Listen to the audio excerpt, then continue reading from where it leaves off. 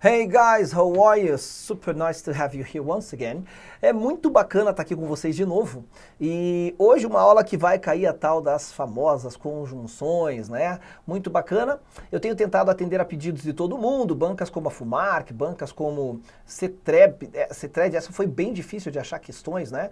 Porque lembra que às vezes algumas bancas não colocaram inglês anteriormente, tá? Então, quando você puder, por exemplo, me fazer um pedido de alguma banca, já me bota um link lá, que às vezes acaba me ajudando a achar a fonte da onde você está buscando essas questões, tudo bem? E vamos lá, queridos, hoje um texto daqui, ó, para vocês, cadê? Sesgran Rio, que bacana, certo? Cargo para analista, nível superior completo. Sempre que você tem aí o nível superior completo, você vai ter uma prova de um nível um pouquinho mais alto. E a Sesgran Rio é aquela que eu contei na aula passada para vocês. Por exemplo, o inglês ficou fora dos concursos públicos por um tempo, né? Aquela coisa de, concurso público aqui no Brasil, não preciso saber inglês, até que Banco do Brasil começou a colocar, foi a Sesgran Rio que fez a prova na época, e de lá pra cá todo mundo veio colocando e arregaçando. Eu nunca vou esquecer um colega de trabalho que falou assim pros alunos, não, relaxa, inglês vai ser uma provinha dessas do verbo to be. E eu fiquei pensando, cara, a Sesgran Rio bate forte. E aí, claro, eu tive tempo de alertar os colegas, ele não era da área de inglês, também ele não tinha obrigação de saber, e eu tive tempo de alertar os colegas e dizer assim, galerinha, desculpa, tá, mas não vai ser uma provinha de verbo to be não, cara. É Sesgran Rio, os caras vão bater forte. E bateram forte. E de lá pra cá o inglês vem num nível muito alto. O que torna o inglês que cai na prova extremamente relevante. E te digo de novo, já falei isso antes, muita gente vai mal no inglês. Se você me acompanhar, fizer o que tem que ser feito, cara, e se dedicar um pouco, o inglês poderá ser o grande diferencial para você conseguir aquelas questões que, sabe, ganham pontos que te distanciam da concorrência, que te colocam na frente. Quem é concurseiro sabe que uma questão pode definir a tua vida, certo? Então vamos lá, Sesgran Rio na veia, olha só que lindo. Give people autonomy. Ou seja, dê às pessoas, cadê meu marcador? Dê às pessoas autonomia. É isso que diz o título do texto, no imperativo, né? Dê a elas. E aí ele faz o quê? Ele usa de novo aquela história do ING que eu te falei no nosso encontro passado, de que nem tudo que tem ING está acontecendo. Quando o ING começa a frase, ele tem papel de substantivo, tá? Cuidado com isso. Olha como é que fica o nosso subtítulo aqui, ó. Giving people control over what they're doing makes them work harder. E essa frase é linda porque aqui eu tenho dois INGs, no qual esse aqui não tem nada acontecendo e aqui sim. Olha que sensacional isso. Vamos traduzir essa frase? Ó, dar às pessoas controle sobre o que elas estão fazendo torna-as trabalhadores mais árduos, né? Então é isso. Makes them work harder, ou seja, faz elas trabalharem mais arduamente, né? Vamos traduzir mais ao pé da letra? Faz elas trabalharem mais arduamente, com mais esforço. É isso. Não, sensacional. Então, vamos lá. Leia aqui o texto comigo. Aqui diz quem foi a autora do texto e o texto começa aqui, tá? In a previous blog post, I wrote that one of the best ways to motivate people is to stimulate a desire for mastery, and that breaking things into small pieces and showing progress through the pieces encourages the desire for mastery. Another tip for stimulating the desire for mastery is to give people autonomy. De novo, ING, aqui tem uma preposição, olha que lindo, verbo após preposição, tem que ter ING, é uma regra permanente da língua inglesa, não há qualquer exceção para ela, é forever like this, é para sempre assim. Toda vez que tiver um verbo imediatamente após uma preposição, ele vai ter ING, e não está acontecendo. Então vem comigo, vamos traduzir esse primeiro trecho, olha que lindo, meu Deus, quanta dica boa. Num blog anterior, quer dizer, vamos traduzir direito isso aqui, ó. Num post, numa postagem de blog anterior, eu escrevi que uma das melhores maneiras de motivar as pessoas é estimular o desejo por maestria. Mastery quer dizer maestria no sentido de expertise, no sentido de habilidade, certo? É isso, eu vou traduzir como maestria mesmo. Também é a tradução da palavra destreza, tá? O desejo pela maestria, que é você fazer algo com excelência, né? E que quebrar, ó, de novo, tem ING e não tem nada acontecendo. Quebrar coisas em pedaços pequenos e mostrar progresso através dos pedaços encoraja o desejo pela maestria. Outra dica para estimular, olha que lindo, o desejo pela maestria é dar às pessoas autonomia. Cara, é sensacional esse texto, inclusive em questão de mensagem que ele passa para nós. Leia comigo.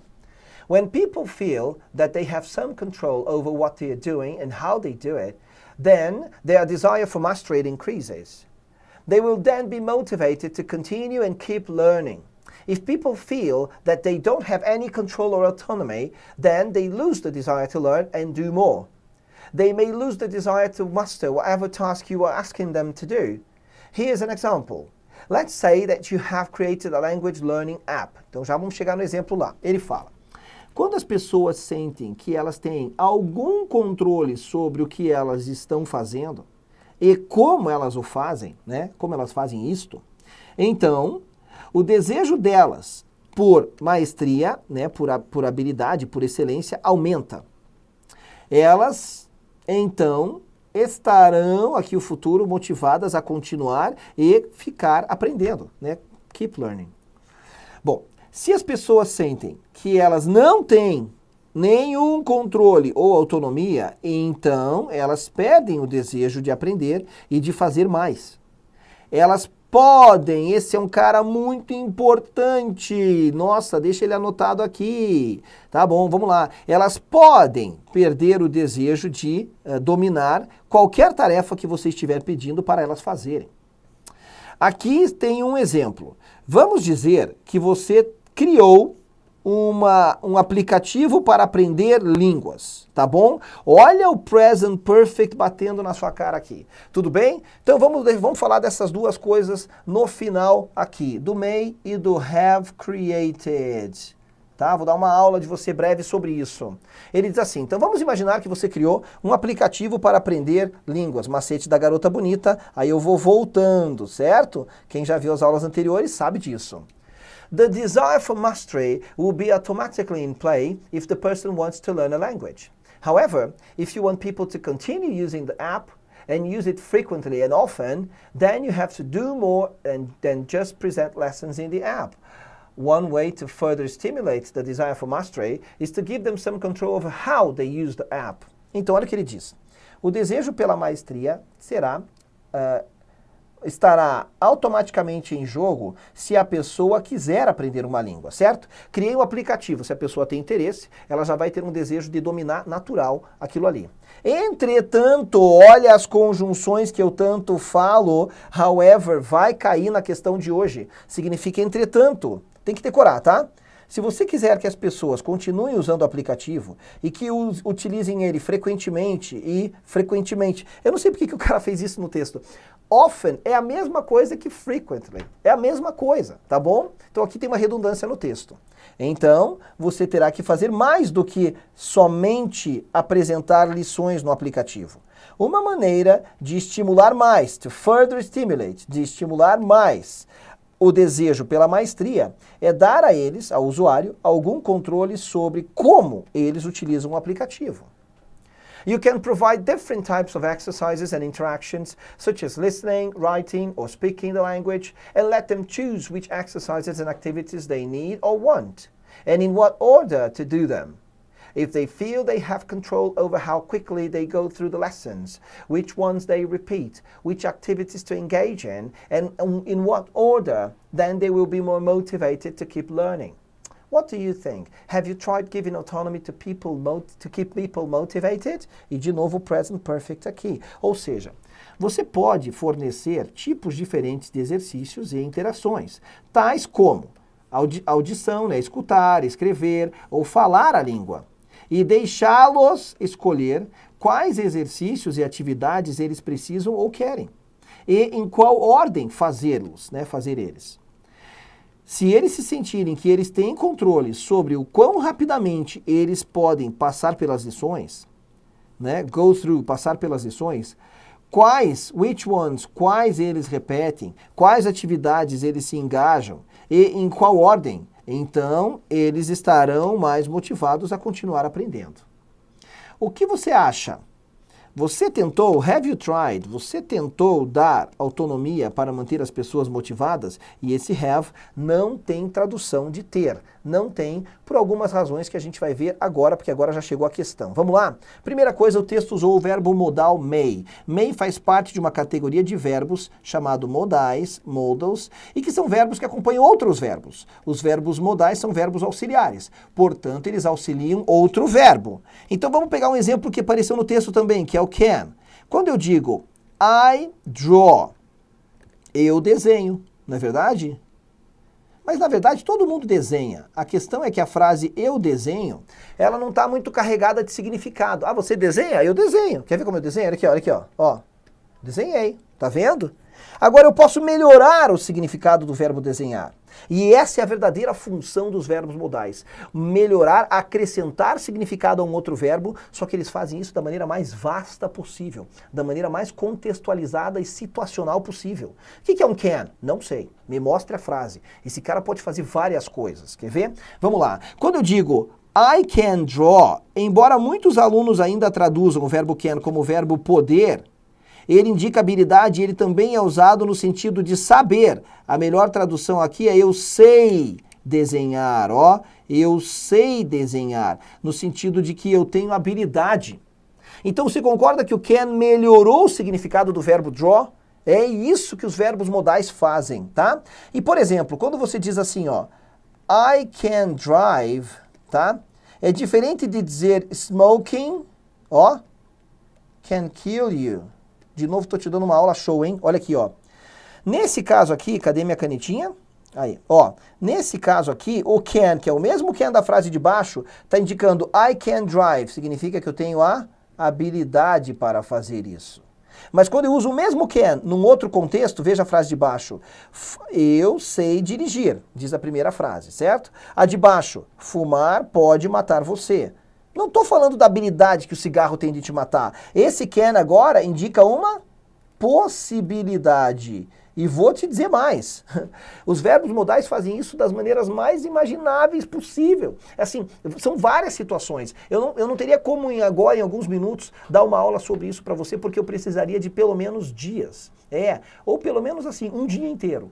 Tá? De tão versáteis que esses caras são. A vantagem é que eles são muito parecidos com o português. E como no português nós já estamos acostumados com essa ideia de que uma palavra serve para várias coisas, essa ideia de que o verbo can, ou os outros verbos modais, o may, o might, must, should, sirvam para outras coisas, ela é bem digerida por nós, porque já existe essa dinâmica na nossa língua portuguesa, tá certo? E caiu no texto may. O can também caiu, mas caiu o may. E o may, gente, ele tem vários significados. Você pode dizer, por exemplo, para alguém, posso ir? May I go? Tá pedindo permissão, certo? May I use your cell phone? Posso usar o seu telefone celular? O can também faz a vez disso, tá? Tem gente que fica nesse embate de, mas o may e o can, qual que é a diferença entre eles? Hoje, ambos podem ser usados de maneira intercambiável para pedir permissão, embora o may ainda tenha um tomzinho mais formal. Tá certo? Mas o may, o uso mais campeão dele de cair nas provas é o seguinte, ó. O uso mais campeão desse cara aqui, ó, ele tira a certeza da frase. O may dá um grau de incerteza. É isso, que foi o uso dele que caiu na prova. E é tão comum, gente, a coisa mais comum que tem é ter um may no texto e o examinador pegar esse cara e exigir a compreensão dele numa questão. E não vai ser diferente hoje. Agora, já falando do outro lado ali, ó, do present perfect, eu só quero que você saiba que existe uma coisa, tá? Não dá para eu aprofundar nele aqui, tá bom? Present perfect. Mas, ó, vou te dar uma dica, tá? Existe um site chamado um canal aqui no YouTube, chamado www.inglesdeprofessor.com.br, que é um canal meu de treinamento de professores de inglês, no qual eu explico a diferença entre o Simple Past e o Present Perfect de uma maneira bem legal e bem aprofundada. Entra lá, no Inglês de Professor, é o canal Inglês de Professor, é D, tá? Inglês de Professor, e acessa Present Perfect para você ver a explicação que eu dou lá. Mas o que eu quero te adiantar aqui agora é o seguinte, existe esse tempo verbal que ele usa como verbo auxiliar o have ou has. Então a dica que eu vou te dar é a seguinte, toda vez que você tiver o verbo have ou has, mais um outro verbo qualquer no passado particípio, que a gente chama popularmente de terceira coluna. Por exemplo, verbo work, no passado ele tem ed. No passado particípio, que é essa terceira forma, ó, ele também tem ed. Todos os verbos que têm ED no passado são iguais. É como se a tradução fosse trabalhar, trabalhei, trabalhou, trabalhamos, trabalhasse, trabalhava, enfim, passado, que só tem essa forma no inglês, trabalhado. Essa terceira forma aqui, ó, equivale ao nosso português passado particípio, que rima com concluído, portanto, trabalhado, beleza? Os verbos regulares são facinhos porque eles ficam assim. Se for um verbo irregular, por exemplo, como go, daí eu tenho que lembrar qual é o passado dele e lembrar qual é a terceira forma dele. Go, went, gone, que seria o equivalente à tradução de ido. Mas embora esses caras sejam passado particípio, nesta fórmula deste tempo verbal você não vai traduzir ele ao pé da letra. Essa que é a grande sacada. O present perfect não pode ser traduzido ao pé da letra para o português, salvo uma só exceção, só uma situação que eu explico isso num curso mais completo. Veja. Então quando você diz assim, ó, I have seen, que é do verbo ver. O verbo ver see, no passado é só, na terceira coluna seen. A tradução disso é eu vi. Se você souber disso para as provas, eu já ganhei meu dia. Quando você tiver um tempo verbal em que o verbo have está seguido de outro verbo no passado, não traduza o have como o verbo ter. Tá vendo? Ó como é que eu traduzi isso aqui, ó. Não é o verbo eu tenho visto, embora pareça isso. A tradução é eu vi. Se você vier para o texto comigo, olha aqui, ó. Olha como é que a gente traduziu lá o present perfect. Agora eu tenho que achar ele aqui, meu Deus. Ó, aqui, ó. Vamos traduzir essa frase aqui do final de novo? Tá vendo, ó? Quando você tiver o verbo have seguido de outro verbo assim, no passado, é o passado particípio, na verdade, a tradução fica: vamos dizer que você criou um aplicativo de aprender línguas. A última frase aqui do texto: have you tried? Você tentou dar autonomia? Não é você tem tentado, tudo bem? Essa tradução de tem feito, né, no sentido de que você começou algo no passado e continua fazendo, só poderá ser traduzido assim se na frase você tiver a palavra lately, que é ultimamente, ou recently, recentemente. Daí você pode traduzir ao pé da letra e dizer, por exemplo, I have studied a lot lately. Somente quando a frase tiver... Mas deixa eu escrever direito isso para você, já que eu estou dando uma aula, né? Ó, somente quando a frase estiver terminada por recentemente ou ultimamente, que a tradução poderá ser eu tenho estudado muito ultimamente. Mas é por causa do lately e do recently. Se não vale isso aqui e vamos às nossas questões. Olha aí o que eu te falei. Eu não te falei que o may cai? Os fragmentos do texto. They may lose the desire to master whatever task you're asking them to do. Eles podem... Ó, eu te disse o que na aula? Eu te disse o que do may? Olha aqui, ó. Que o may traz um grau de incerteza. Agora vem comigo. Olha aqui, ó. Eles podem perder o desejo de dominar qualquer tarefa que você tenha pedido para fazê-lo. Esse podem, no sentido de incerteza, é o quê? É uma habilidade? Não, não é uma habilidade. É uma necessidade? Não, a frase não indica necessidade. Possibilidade, sim. Já ficamos entre duas. Por eliminatória, estou para decidir entre duas. Não indica intenção, nem necessidade, nem habilidade. Agora vamos ver a outra expressão, have to, que pode sim ser traduzida ao pé da letra aqui, porque depois do have você tem um verbo, quer dizer, você tem uma preposição, não tem nada a ver, esse to é infinitivo, na verdade, né, desse cara aqui, ó. Ele não tem nada a ver com outro verbo aqui no passado. Então, ó. Then you have to do more than just present lessons. Então, você tem que fazer mais do que somente apresentar lições no seu aplicativo. Você tem que dar uma ideia do quê? De hábito no presente ou de necessidade? Com qual dessas você ficaria? Evidentemente que é necessidade. Necessidade, você tem que fazer isso. É necessário que você faça isso para manter as pessoas engajadas no seu. Hábito no presente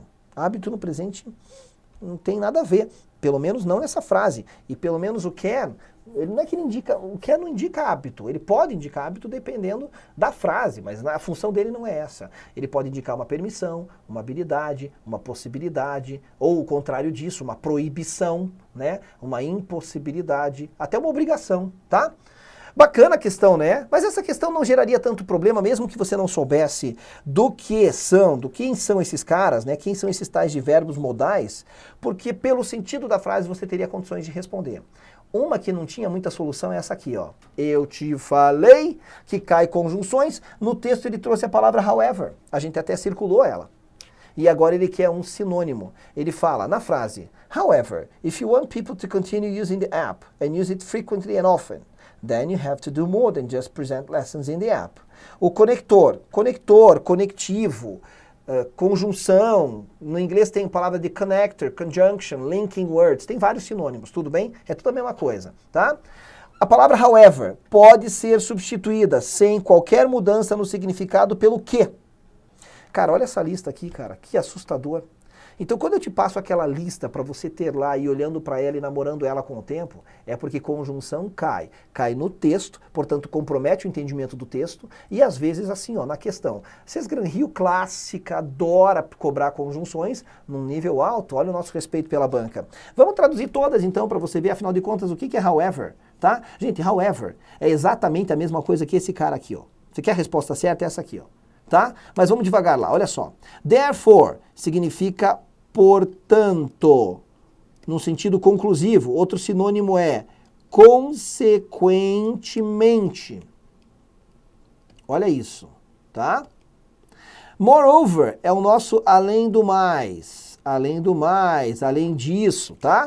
Ó, vou deixar só uma tradução aqui, além do mais, porque ele tem dentro dele a palavra more, que significa mais. Então, é uma dica para te ajudar a lembrar. Furthermore é exatamente a mesma coisa, significa além disso, além do mais. Eu vou pôr aqui, ó, mas eles são sinônimos, o que já invalida os dois, porque questão de concurso público só pode ter uma correta. Então a letra B e a C, se você soubesse o significado delas, você já eliminaria, porque elas são exatamente sinônimos. Gente, é sinônimo mesmo. Qual a diferença entre dizer mas, porém, todavia, contanto, né? Mas, porém, entretanto, todavia, contudo, não obstante? É tudo a mesma coisa. É só pra gente mostrar um leque, né, um repertório de vocabulário melhor e não ficar repetindo a mesma coisa no texto ou na fala o tempo todo. Ficar mas, não dá. Então a gente fala mas, porém, todavia, entretanto, contudo. Então existem sinônimos sim. Agora olha o nevertheless. O meu problema com o nevertheless é que o aluno tem mania de quebrar a palavra e dizer não, never é nunca, less é menos e the é o artigo definido o a. Não faz sentido nenhum, esquece isso. A palavra nevertheless significa entretanto. Porém, ela é exatamente igual ao however. Portanto, se você soubesse conjunções ou se você sabe, não precisava nem ler a frase toda. Você já ia aqui já marcar a letra D. E o what is more é uma tradução que vale no português de um além do mais, né? Um além do mais. Então ele vai fazer a vez do moreover, ele é uma outra maneira de você dizer, além disso, what is more, né? É a mesma coisa, tá bom? Então, gente, nossa, encontro com 22 minutos, espero que você tenha aproveitado novamente, bastante rico, e eu tô assim, a partir agora do encontro 70, né? Eu tô começando a dar umas pinceladas mais profundas aí na gramática, até porque elas têm caído mais. Esse é um ano que você vai ter gramática bruta nas provas, não é só entender o que o texto disse, vai ser bem misturado essa questão de questões interpretativas, ou seja, entender o significado e a mensagem do texto, e questões que cobram pontualmente estrutura da língua. Isso vem com muita força. Então a gente vai aqui se adaptar e a gente vai começar a dar uma pincelada um pouquinho mais forte aqui na gramática, tá certo? Gostou? Deixa o teu like no vídeo aí, compartilha, precisou de mim, sabe onde me encontrar. Eu tô no YouTube com esse canal e com o canal Inglês de Professor, eu tô nas redes sociais, no Facebook, com o meu nome mesmo, Renato Baggio, tá? Você me encontra lá, tem vários, eu tenho 2 páginas e um perfil, e você me encontra também no Instagram, também pelo meu nome, Renato Baggio, ou pelo Instagram Inglês de Professor. Precisou de mim? Sabe onde me achar? Eu estou à disposição, contanto que você bata com os 2 lados da mão na cara da concorrência. Nós estamos aqui, é para levar essa prova de inglês, que vai levar você para outro patamar. O inglês é o grande diferencial na tua prova, porque muita gente vai mal no inglês. I see you. Bye.